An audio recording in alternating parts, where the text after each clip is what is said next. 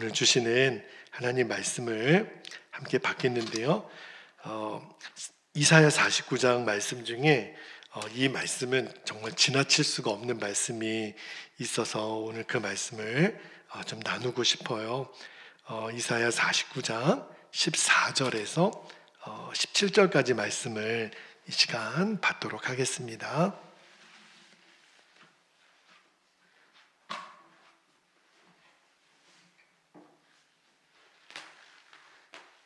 자, 14절에서 17절까지 한 절씩 말씀을 교독하여 받겠습니다. 14절입니다. 오직 시온이 이르기를 여호와께서 나를 버리시며 주께서 나를 잊으셨다 하였거니와 여인이 어찌 그 젖먹는 자식을 잊겠으며 자기 태에서 난 아들을 긍휼히 여기지 않겠느냐. 그들은 혹시 잊을지라도 나는 너를 잊지 아니할 것이라. 16절 내가 너를 내 손바닥에 새겼고 너의 성벽이 항상 내 앞에 있나니 너의 자녀들은 빨리 걸으며 너를 헐며 너를 황폐하게 하던 자들은 너를 떠나가리라. 아멘. 하나님 말씀입니다. 이사야 49장을 그냥 지나갈 수가 없겠더라고요. 요 4절 말씀인데 설교 제목은 15절에 보면 여인이 어찌 그 젖먹는 자식을 잊겠으며, 저는 이 표현이 너무 좋아요. 설교 제목으로 삼았고요. 오늘 읽은 본문 말씀을 처음 듣지는 않았을 거예요. 우리가 굉장히 친숙한 본문이죠. 그런데 동시에 왜 이 말씀이 나올 수밖에 없는지 그 배경을 살펴보면 우리 믿음에 굉장히 중요한 질문을 던져주는 말씀입니다. 여러분은 하나님이 여러분을 사랑한다라고 믿으시지요? 이 사실에 추호도 의심이 없으시지요? 꼭 그리 되기를 바랍니다. 하나님은 나를 사랑하셔. 근데 입술로는 그렇게 이야기하는데 때때로 우리가 정말 사망의 음침한 골짜기를 지나가는 것 같은 어려움이 닥칠 때, 그때 내 마음 깊은 곳에서 또 다른 목소리가 들려와요. 근데 그 목소리는 마귀의 음성이죠. 어떤 음성이 들려오냐면 하나님은 너를 잊었어. 하나님은 너를 쳐다보지도 않으셔. 하나님은 널 모르셔. 이런 마귀의 음성이 너무너무 솔깃하게 들릴 때가 있어요. 그런가? 하나님 나 잊으신 건 아닌가? 나를 지금도 보고는 계실까? 나를 알고는 계실까? 근데 믿음이 아예 없는 사람은 이런 질문조차도 안 합니다. 힘드니까. 하나님을 그동안 믿는다고 오랜 시간 믿어왔는데 너무너무 지금 힘드니까 하나님을 믿기 때문에 더 아프게 느껴지는 질문이라는 생각이 들어요. 자, 우리도 그런 때가 있죠. 근데 오늘 하나님의 그 질문에 대해서, 하나님 보고 계실까? 알고 계실까? 나를 기억하고 계실까? 주님이 오늘 우리에게 답을 주시는데 얼마나 단호하게 주시는지 그 말씀을 오늘 좀 나누기를 원하는데, 자, 14절 말씀을 먼저 볼게요. 나는 버림받았다고 지금 시온이 절망하는 말씀이 나오는데 14절 다시 보면 오직 시온은 하나님의 백성들, 이스라엘 백성들, 우리 자신을 가리키죠. 이르기를 여호와께서 나를 버리시며 주께서 나를 잊으셨다 하였거니와. 굉장히 말도 안 되는 말씀이지만 또 심정적으로는 얼마나 힘들면 이렇게 고백할까 이해도 되는 말씀이에요. 이게 지금 이스라엘 백성의 영적 상태입니다. 자, 나라는 빼앗겼어요. 포로로 끌려와서 자그마치 70년. 여러분, 말이 70년이지. 우리나라 일제 36년 동안 얼마나 많은 사람들이 변절자가 나왔는지 아십니까? 거의 대부분은 일제편에 36년 만에 이름만 바뀐 게 아니에요. 마음까지도 다 빼앗긴 36년이 결코 짧은 시간이 아니거든요. 근데 70년이에요. 바벨론 포로로 끌려가 있는 시간이. 성전 다 무너졌어요. 예배 다 잃어버렸어요. 삶의 기반이 완전히 무너졌어요. 70년. 자그마치 70년. 눈에 보이는 현실이 얼마나 암담하겠어요? 기도 안 나옵니다. 하나님의 응답 기다려지지가 않아요. 아무리 부르짖어도 하나님 침묵하시는 그 70년. 어떻게 그걸 견딥니까? 그러니까 지금 시온이 뭐라고 결론을 내리냐면, 맞아. 하나님은 우리를 잊으셨어. 하나님은 우리를 버리셨어. 근데 이 말씀을 읽다가 아이고 쯧쯧쯧 그거 하나 못 참고 그러냐, 이런 마음이 안 들어요. 제가 진짜 힘들었구나. 얼마나 힘들면 지금 이럴까. 그러니까 하나님을 믿는다고 말은 하지만 도무지 지금 이 상황이 너무 힘드니까 하나님을 향해 등을 돌린 게 아니에요. 하나님을 향해 있기 때문에 나의 가슴이 너무 아픈 거예요. 하나님 어떡합니까 그러면. 그죠? 그러니까 그 절망이에요. 자, 그런데 우리들의 삶에도 그런 순간이 있거든요. 전혀 예상하지 못했던. 그죠? 아니, 상황이 가만 안 바뀌어도 답답한데 더 나빠질 때, 왜 하나님 침묵하신가? 정말 나를 보고 계신가? 근데 여러분, 이때 정말 우리들이 조심해야 될 게 하나 있어요. 진짜 이 순간의 위험이 뭐냐면 자꾸 상황을 기준으로 하나님을 판단하는 겁니다. 왜냐하면 하나님 눈에 안 보이시니까. 여러분, 하나님이 우리 눈에 안 보이신다고 하나님이 쉬고 계십니까? 졸고 계십니까? 어디 외출하셨습니까? 아니거든요. 우리 육신의 눈에는 안 보여도 하나님 일하고 계세요. 우리 눈에 보이지만 않는 거예요. 자, 누가복음 15장에 보면 탕자의 이야기 나오죠. 너무 유명한 말씀이에요. 자, 여러분, 아버지 입장에서 보면 이 둘째 아들은요, 진짜 배은망덕한 패륜합니다. 아버지의 유산을 미리 받아서 창기와 허랑방탕하게 보내고, 처음에는 아버지를 떠나 살면 행복할 줄 알았죠. 그러나 그가 인생의 밑바닥까지 떨어지는 데는 시간이 그렇게 오래 걸리지 않았습니다. 그 둘째 아들이, 아버지 곁을 떠난 둘째 아들이 어디까지 인생의 바닥이 내려갔냐면, 자, 누가복음 15장 16절에 보면 여기까지 내려갑니다. 누가복음 15장 16절에 그가 돼지 먹는 쥐엄 열매로 배를 채우고자 하되 주는 자가 없는지라. 여러분, 제가 그런 분들을 절대 비하하는 거는 아니까 오해 없이 들으세요.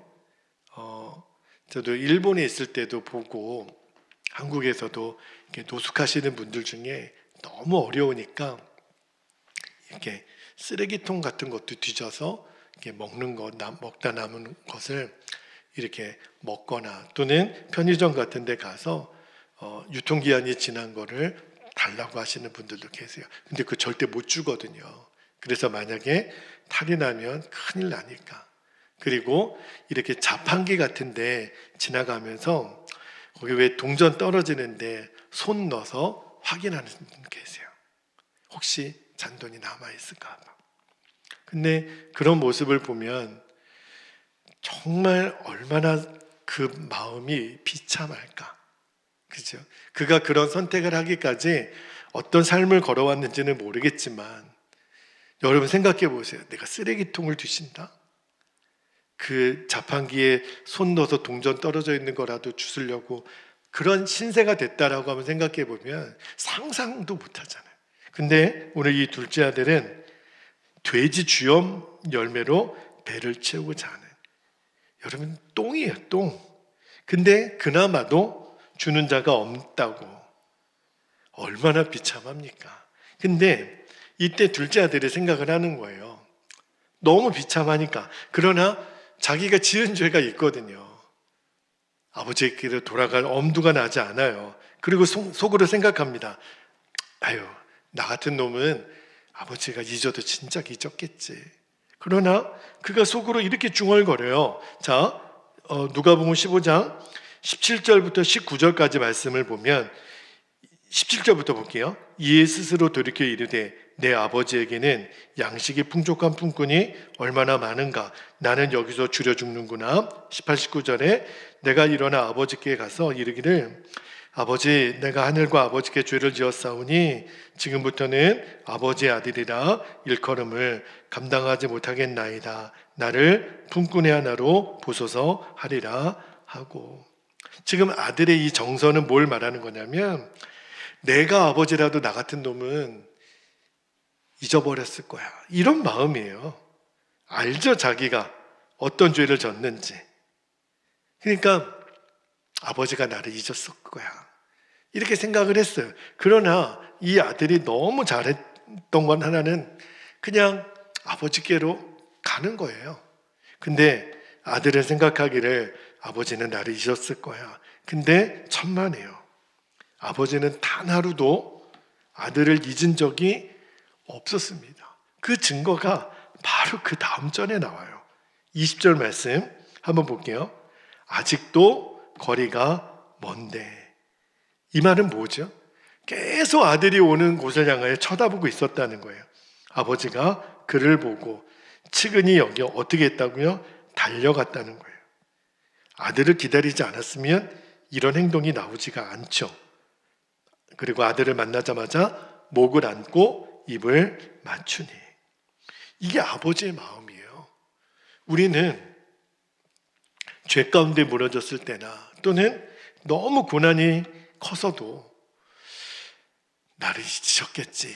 이쯤 되면 나를 버리셨겠지. 아니에요. 하나님이 우리를 잊어버리거나 우리를 버린 적은 단언컨대 단 0.001초도 없습니다. 이게 아버지 하나님의 마음이에요. 그러니까 오늘 14절에 나왔던 시온이 이르기를 하나님이 우리를 버렸나? 하나님이 우리를 잊으셨나? 하나님을 부정하는 게 아니라 하나님 정말 살아계시면 말씀 좀 해주세요. 그만 침묵에서 좀 나오세요. 근데 이들은 아직 하나님의 그 침묵의 의미를 몰랐을 뿐이죠. 자, 그런데 이제 반전이 나옵니다. 15절에 하나님이 너무너무 절망 가운데 있는 시온의 고백을 듣고 그 고백에 대한 답을 주시기를. 자, 너무너무 강력하죠? 15절 같이 한번 읽을게요. 시작. 여인이 어찌 그 젖먹는 자식을 잊겠으며 자기 태에서 난 아들을 긍휼히 여기지 않겠느냐? 그들은 혹시 잊을지라도 나는 너를 잊지 아니할 것이라. 자, 여기 15절에 보면 제가 오늘 설교 제목으로도 삼았지만 인간이 경험할 수 있는 사랑 중에 가장 강력한 사랑의 대명사가 누구죠? 어머니의 사랑이에요. 여기 아버지도 계시고 저도 아버지지만 어머니의 사랑을 아버지의 사랑이 쫓아갈 수가 없습니다.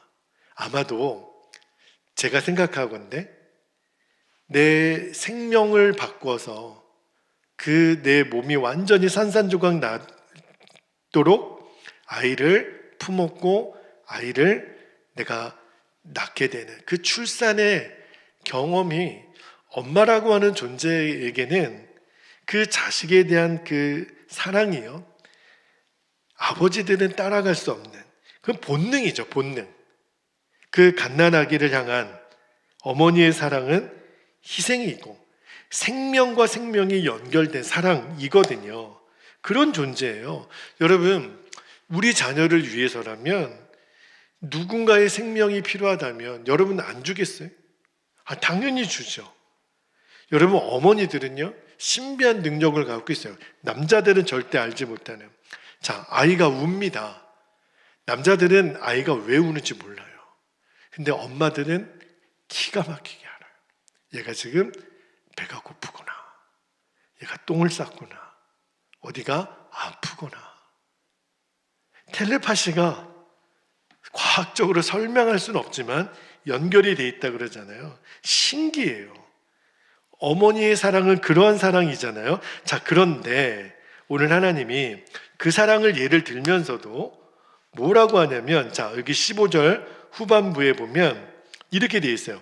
그들은 혹시 잊을지라도, 그럴 일이 없겠지만 없겠지만 만에 하나 그들이 혹시 잊을지라도, 그러니까 이거는 인간의 사랑은 아무리 지고무순한 어머니의 사랑이라도 한계가 있다는 거예요. 한계가.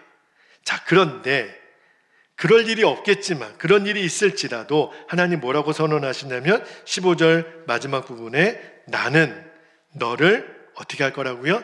잊지 아니할 것이라. 할렐루야. 여러분, 이 말씀을 오늘 여러분 자신에게 주시는 하나님 아버지의 음성으로 듣게 되시기를 축복합니다. 하나님의 사랑이에요. 하나님의 사랑은 감정이 아니라 의지예요. 조건이 아니라 약속이고요. 순간이 아니라 영원합니다. 여기서 너를 잊지 아니할 것이라는 이번 한 번만 내가 봐주는 거야가 아니에요. 너가 또 넘어져도, 너가 또 나를 배신해도 나는 너를 영원히 잊지 않을 거야.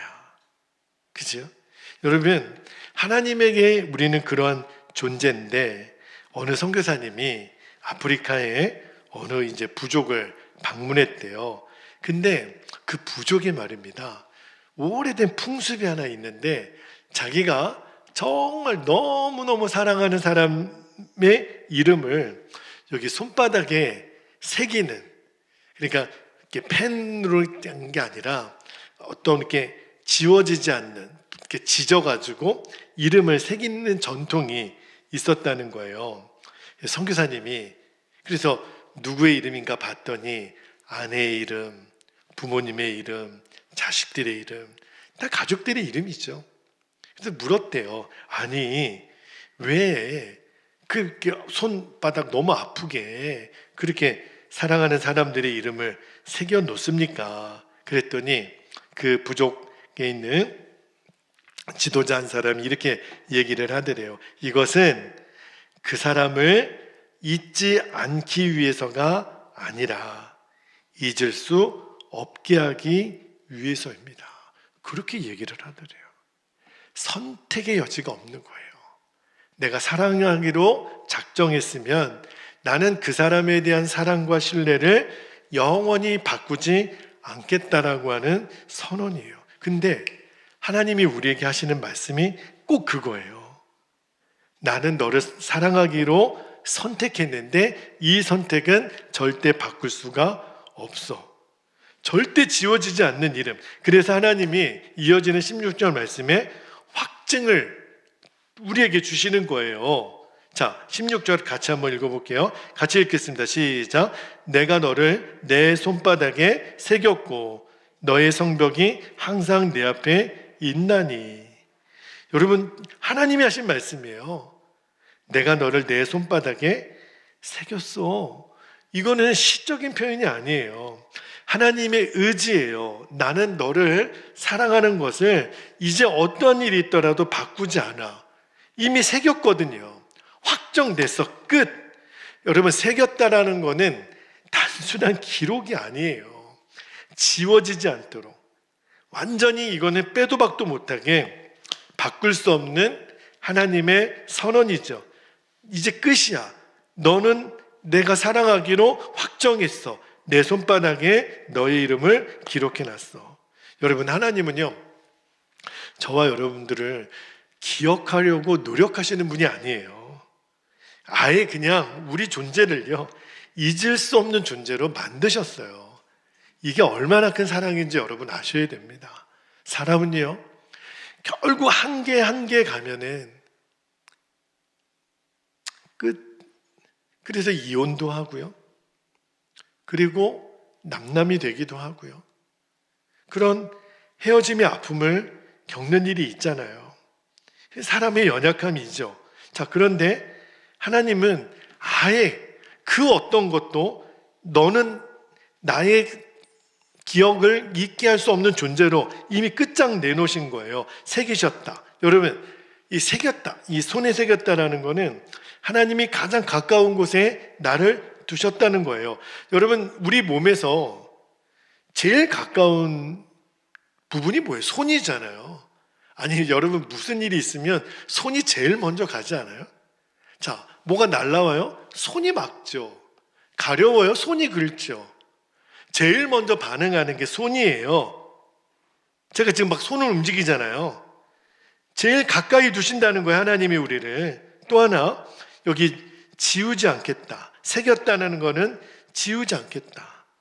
이거는요, 한번 종이에 쓴 건 지울 수 있지만 이거는 지워지지가 않아요. 또 하나는 우리를 계속 바라보시겠다는 거예요. 여러분, 손바닥은요, 항상 내 눈앞에 있어요. 화장을 할 때도 눈앞에 있고, 밥을 먹을 때도 눈앞에 있고, 쌀을 씻을 때도 눈앞에 있고, 항상 손은 내 앞에 있잖아요. 하나님이 그렇게 우리를 보고 계시다는 거예요. 손을 보듯이, 우리가 손을 보듯이 하나님은 우리를 절대 외면하지 않으세요. 여기 16절 후반절에 보면 너의 성벽이, 이때 이 성벽은 어디죠? 예루살렘 성벽이에요. 근데 여러분 생각해 보세요. 이미 무너졌잖아요. 근데 너의 성벽이 항상 내 앞에 있다. 이게 뭐죠? 하나님은 지금 현재의 모습이 아니라 너의 인생에 다시 예루살렘 성전이 재건될, 회복될 미래를 보고 계시는 거예요. 그러므로 지금 저와 여러분의 삶이 어떤 영역이든 이거는 회복될 수가 없어. 내 가정 중에, 관계 중에, 인생 중에 이거는 하나님도 회복을 못 시켜. 아니에요. 그런 거는 없어요. 여러분, 하나님은 우리의 무너진 그 자리에서도 분명히 그랬잖아요. 너의 성벽이, 이미 무너진 성벽이 항상 그랬어요. 항상 내 앞에 있다. 이게 뭐죠? 너의 실패, 너의 흑역사, 너의 아픔, 너의 상처, 너의 죄, 그걸로 나는 너를 버리지 않아. 외면하지 않아. 오히려 나는 너를 거기에서 회복시킬 거야. 할렐루야. 그 의미예요. 그리고 하나님이 마지막 17절에 반드시 내가 이루겠다는 약속을 하나 주시죠. 그 약속을 이렇게 말씀하십니다. 17절도 같이 읽어볼게요. 시작. 너의 자녀들은 빨리 걸으며 너를 헐며 너를 황폐하게 하던 자들은 너를 떠나가리라. 여기 떠나가리라고 되어 있지만 내가 그딴 놈들 가만히 두지 않을 거야. 다 쫓아낼 거야. 그 의미예요. 여러분, 이거는 단순한 위로가 아니라 하나님 그분만의 계획입니다. 여러분, 하나님은 작정하신 일은 반드시 이루십니다. 할렐루야. 하나님이 반드시 이루어질 미래예요. 핵심은 뭐냐면 떠났던 것들이 돌아온다. 이제 예루살렘으로 포로 70년 지나면 돌아오는 거예요. 잃어버린 것이 회복되는 거죠. 무너뜨리던 것, 바벨론이든 아수르든 애굽이든 하나님이 그동안 이스라엘 백성들을 괴롭혔던 것 다 작살내시겠다는 거예요. 이미 우리가 봤잖아요. 하나하나 심판했던 것을. 그리고 하나님의 회복은 지체되지 않아요. 여기 보면 빨리 걸으며 너의 자녀들은 빨리 걸으며, 이게 뭐죠? 그리 오래 걸리지 않을 거야. 내가 너를 회복시키는 거 금방 회복시켜 줄 거야. 여러분, 얼마나 힘이 됩니까? 내가 무너졌어도, 내가 이것밖에 안 되나, 내가 완전히 땅바닥을 쳤어도 오늘 하나님 약속하시잖아요. 나는 너 안 잊어. 태에서 난 아이도 엄마가 혹시 잊을지라도 나는 너를 잊지 않아. 그래서 나는 너를 내 손바닥에 새겼고 항상 성벽이 내 앞에 있고 너의 자녀들은 빨리 걸을 거야. 그러니까 하나님은 우리를 기억만 하시는 게 아니라 반드시 회복시키겠다는 거예요. 할렐루야. 말씀을 마무리할게요. 그러면 이제 우리가 어떻게 살아야 되나 말씀을 묵상하다가 하나님, 이 말씀을 붙들고 저는 어떻게 살아야 돼요? 주님 주신 게 감정을 너희는 붙들지 말라. 감정이 아니라 하나님 말씀을 붙들라. 왜냐하면 감정은 늘 수시로 바뀌거든요. 여러분, 오늘 이 사람이 좋아도 내일은 원수가 될 수도 있고요. 참 사람 관계는요, 몰라요. 그래서 저는 늘 한결같은 사람을 주목합니다. 늘 변함없는 사람. 늘 어느 누구도 정직하게 대하는 사람. 그런 사람이 귀한 거예요. 변하지 않으니까. 근데 하나님 말씀은 절대 변하지 않거든요. 변하지 않는 하나님 말씀을 붙들라. 그 다음에 또 하나, 나는 버림받았어. 나는 잊혀졌어.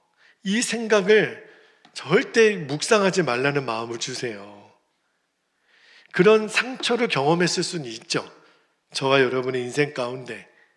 그러나 나는 잊혀졌어. 하나님께는 절대 그런 일은 없습니다. 그 생각은 사실은 사실이 아니라 상황이 만드는 착각이에요. 하나님이 나를 버리셨을 수도 있다라고 착각하게 만드는 마귀의 소리에 내가 귀 기울이다가 그러면 그런 건가? 아니라니까요. 상황이 만든 착각일 수 있다는 것을 기억하고 그런 엉뚱한 생각, 하나님 나를 버렸어, 나를 잊었어, 그 생각과 싸우십시오. 마지막 하나는 하나님의 회복을 기대하라는 거예요. 이걸로 끝나지 않아요, 여러분. 전반전 끝났다고 내 인생 끝난 거 아니라는 거예요. 후반전 있다니까요. 할렐루야. 지금은 보이지 않아도, 우리 눈에 보이지는 않아도요, 하나님 일하고 계세요. 아버지는 아들이 오는 것을 계속 기다리고 있었어요. 뛰어가셨단 말입니다. 여러분, 혹시 지금 내 마음에 눈곱만큼이라도 나는 혼자야, 나는 외톨이야, 나는 잊혀졌어, 내 인생 끝났어. 아니요. 절대 그런 생각 먹으시면 안 돼요. 주님 오늘 말씀하셨잖아요. 나는 너를 잊지 않는다. 나는 너를 내 손바닥에 새겼다. 내 자녀들은 빨리 걸을 것이다. 회복시키겠다는 거예요. 오늘 이 말씀이 저와 여러분의 심령 깊은 곳에 새겨지기를 축복합니다. 이 말씀으로 다시는 우리가 흔들리지 않는 그러한 견고한 믿음으로 오늘 말씀이 저와 여러분에게 힘이 되시기를 주의 이름으로 축복합니다. 자, 우리 기도하겠습니다.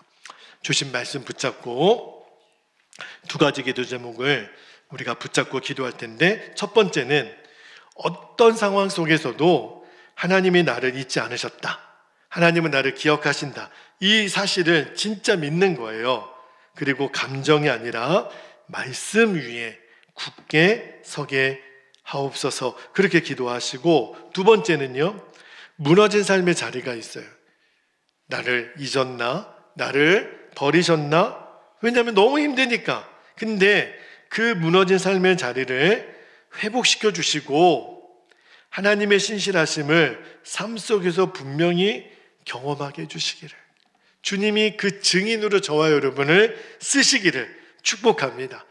그리고 이 역사가 우리의 삶 가운데, 우리 교회 안에, 우리 성도들 가운데 주님 나타날 수 있도록 주여 나를 그 증인으로 써주시도록 이 시간 우리 주님의 이름을 간절히 부르고 통성으로 기도하겠습니다. 주여